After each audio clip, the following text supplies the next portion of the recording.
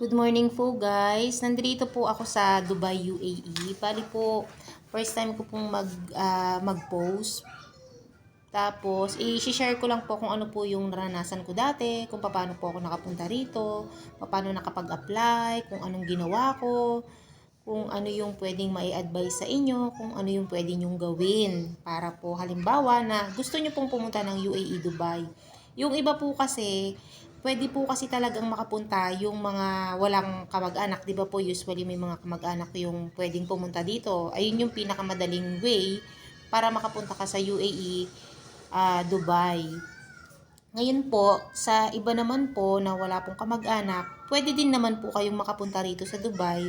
Ang gagawin nyo nga lang po muna is magko-cross country po kayo. Dati po kasi hindi mahigpit sa pagko-cross country or pagpunta dito sa UAE Dubai. Pero po ngayon, ang may a-advise ko po once po na hindi po kayo I'm sorry, wala po kayong kamag-anak dito, mag-cross country po kayo. Ang gawin nyo po, halimbawa is Philippines to Hong Kong, Hong Kong to Dubai. At ang pwede nyo pong gawin doon, kung meron naman po kayong kaibigan siguro dito sa Dubai, UAE, is mag-consult din kayo sa kanya kung pwede kayong may apply ng visit visa. So, kung galing kayo ng Hong Kong, sa Hong Kong nyo po, ipapakita yung mismong visa ng Dubai papunta po dito. Tapos dito naman po sa Dubai, hindi po ganun kahigpit. Wala pong masyadong tinatanong. Usually naman po ngayon, may passport ka.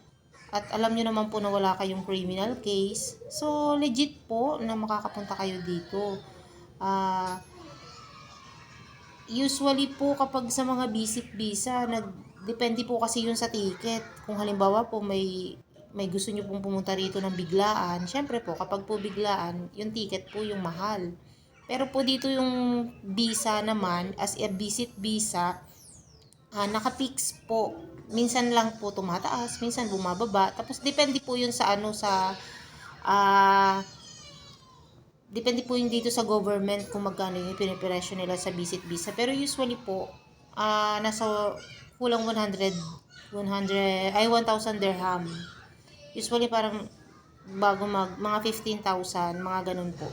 Pero ano po yun, 2 months na po yun, yung valid nun. So, pwede na kayo makapaghanap ng trabaho. Yun po yung masishare ko sa inyo. Dito po, madali pong maghanap ng trabaho basta hindi po kayo maselan. Makakahanap po kayo agad. Marami po dito yung supermarket, cashier, ganyan po yung mga usually na mga hiring. Mayroon din pong sales. Basta po hindi po kayo maarte. Later po, i-share ko po sa inyo kung ano po yung mga ginawa ko pa. Sa ngayon po kasi, nagpapakain po ako ng bata. Ayan po. Salamat po. Subscribe po kayo sa channel ko. Thank you.